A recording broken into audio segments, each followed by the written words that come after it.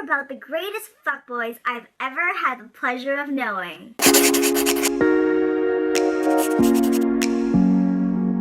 Hi everyone! It's been a while since my last story time, but today I wanted to make a video telling you guys about some of the funniest things. These are about the greatest fuckboys I've ever had the pleasure of knowing.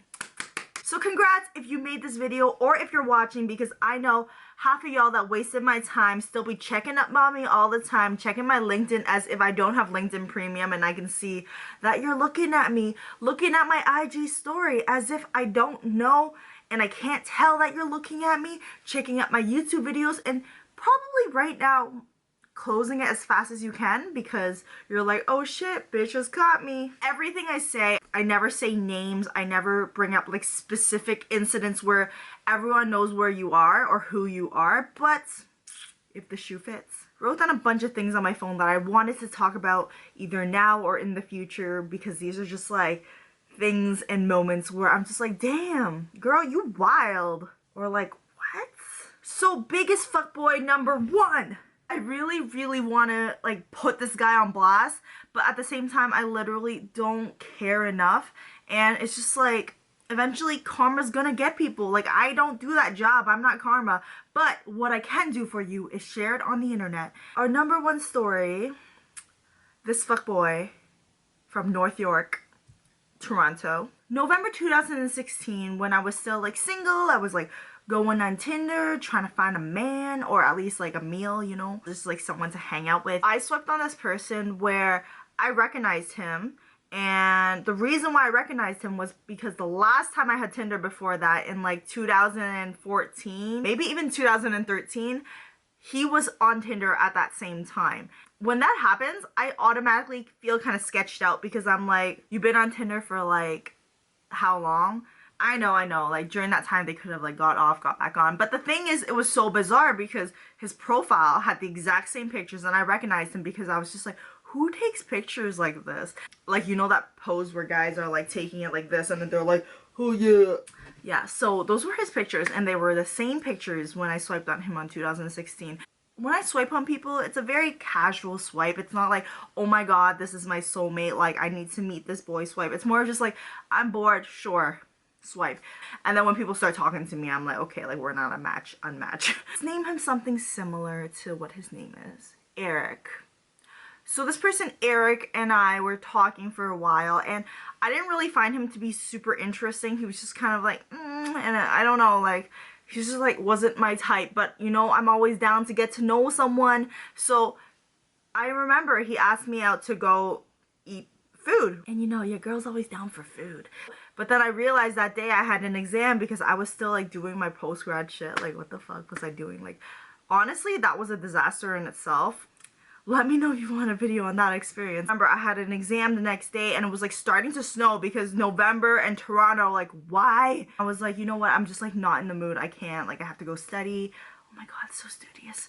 But I was like, I can't. So I canceled on him once, and then the next week he kept talking to me the whole week, but he asked me out again, and for some reason I had kind of a bad feeling. I'm not sure why, but you know, just like gut feeling. I was like, oh, I don't know. And then that day it was like snowing even harder, so I was like, I'm canceling because I'm not letting you pick me up, and I'm not gonna drive my car in this like dank ass snow. That was that.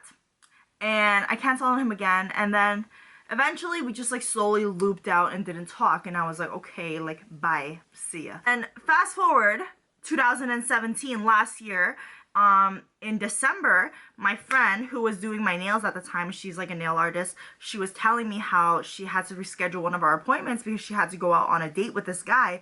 And our mutual friend, Isa, that you see on my Instagram, she was telling me like, oh yeah, like that girl, I don't want to bring up her name either just in case it loops back somehow, but let's just say the nail artist's name was like Michelle. Yes, like Michelle is going on a date with this guy. I think we both matched with him before. And I was like, what? Like, who? I literally have not had Tinder in like 2 years. Like, who? She doesn't remember the name, and she's like, yeah, like the nail girl Michelle is like going out with this guy on Thursday, and she's excited because he has like a nice body but like an ugly face. And I'm sorry, that sounds so mean, but I was like, he's a butterface? Dude's a butterface? I was like, what?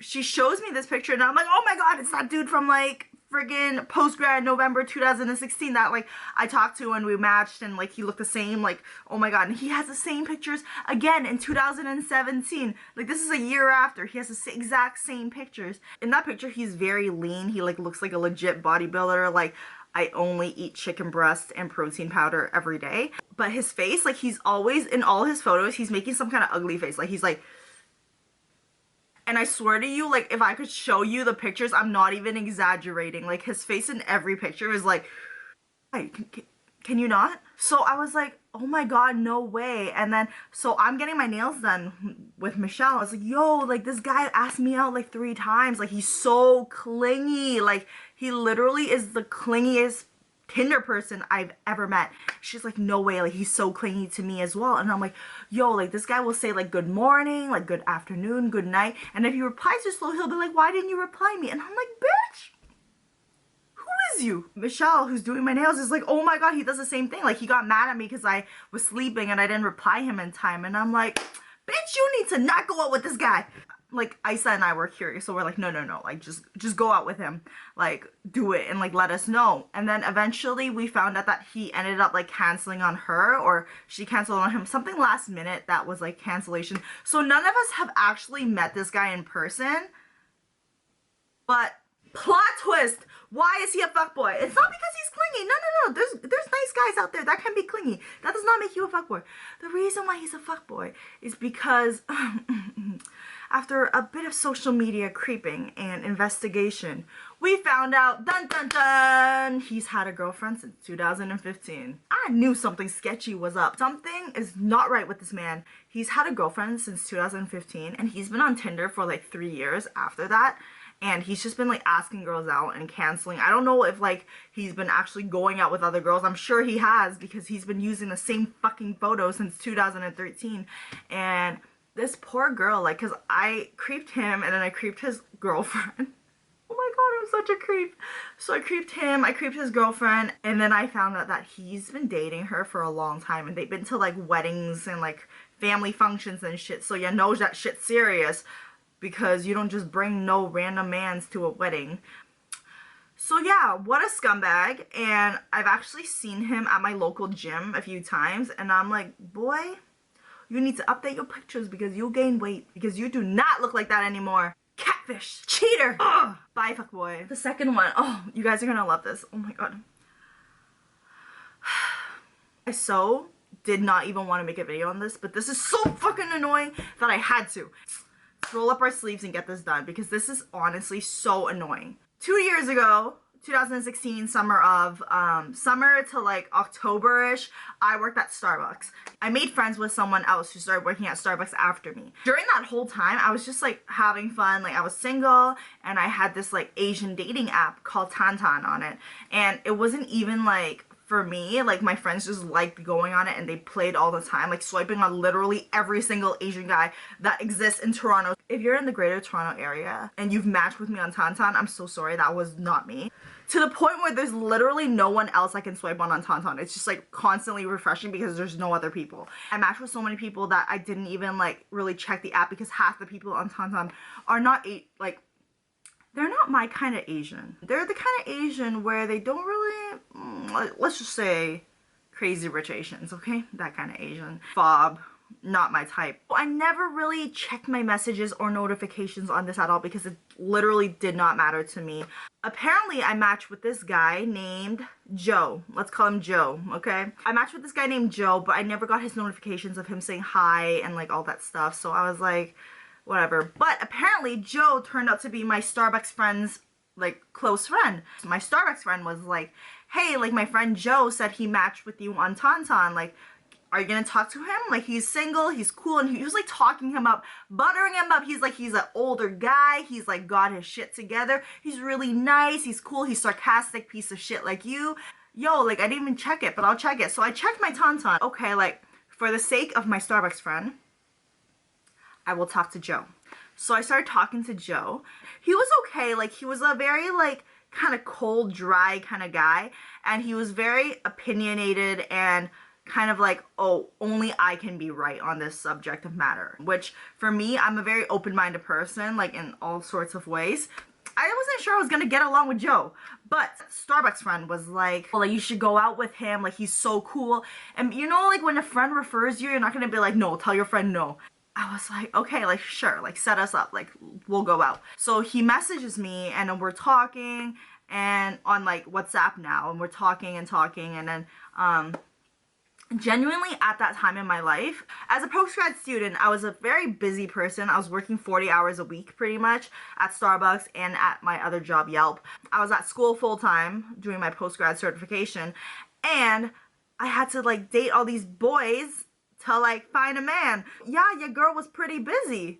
So I go out with Joe, and the thing I don't like is, okay, like, he has a business of his own, which is cool. As a student and someone who's working 40 hours a week, okay, I need to sleep at least by 12. Okay, that's reasonable enough, right? So he said he would pick me up one night for 7 p.m. and I was like, okay, and then it turned to 8 p.m. and then more things happened. It's literally 11 p.m. and I'm like, oh, your girl needs to get in her PJs and go to bed. But he was like, I'm gonna pick you up. So I'm like, for the love of Tantan, fine. He picks me up so late, and I am tired as shit. I think we went to watch a movie, and he was really hungry, so he wanted to go to this noodle place.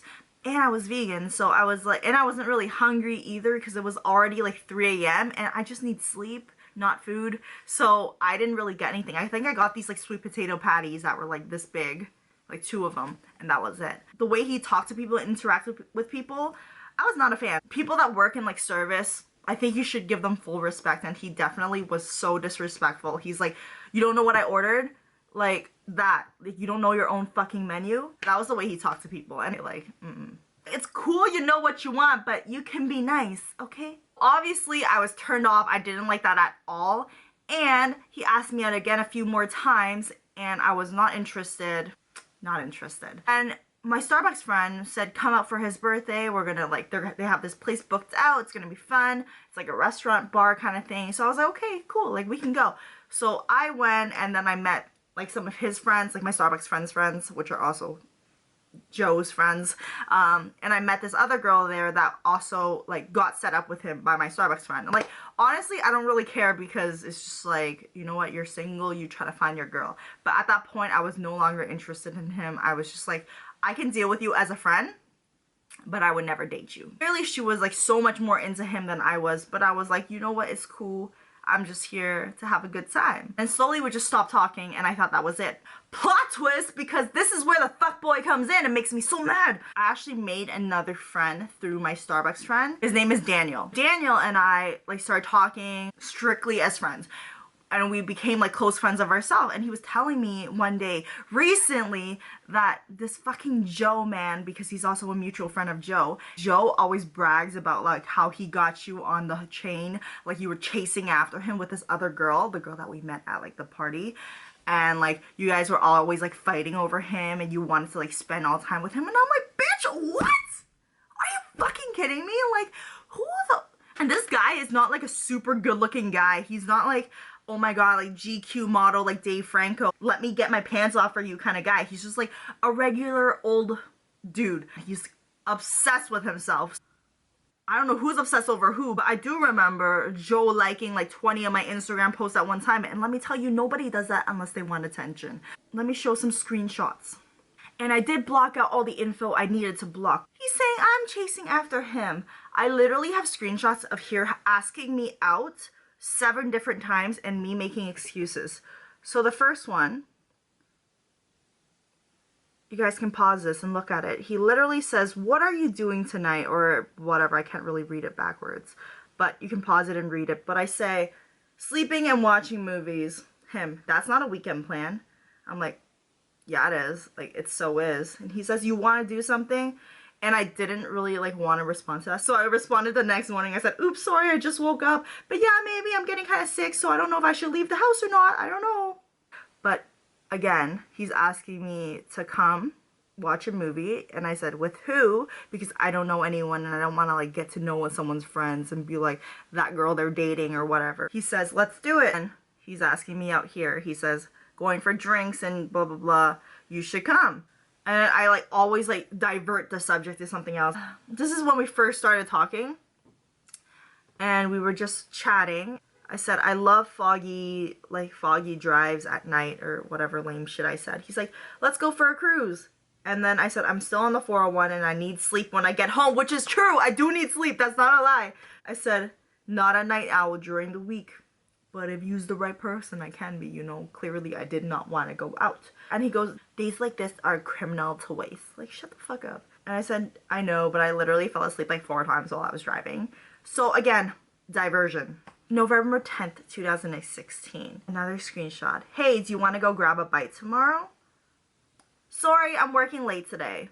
Oh, that's too bad. And then November 15th, 2016. The man tries again. See, it's always him starting the conversations, asking me out, saying, what are you doing tonight? Obviously, it's a freaking excuse, like, if I don't want to hang out with you. And then I think this is the last screenshot, but he's pretty much asking me, like, when are we grabbing food? And then I just say an excuse, just finished the food event.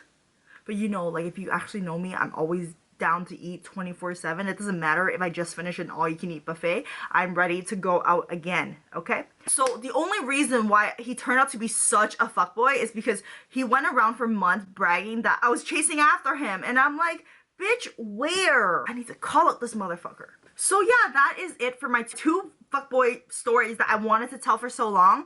I hope you guys enjoy this type of video because I really enjoy doing a story time all over again. I haven't done it in so long. It's so hectic to me just to think about this happen because I'm such like a calm and like quiet adult now that I'm just like, when's my bedtime? But yeah, that is it. Follow me on my social media. It's all at AZ Premium on my Instagram, my Twitter, my Snapchat. It's all at AZ Premium. I'll put my snap code here in case you want to see and follow.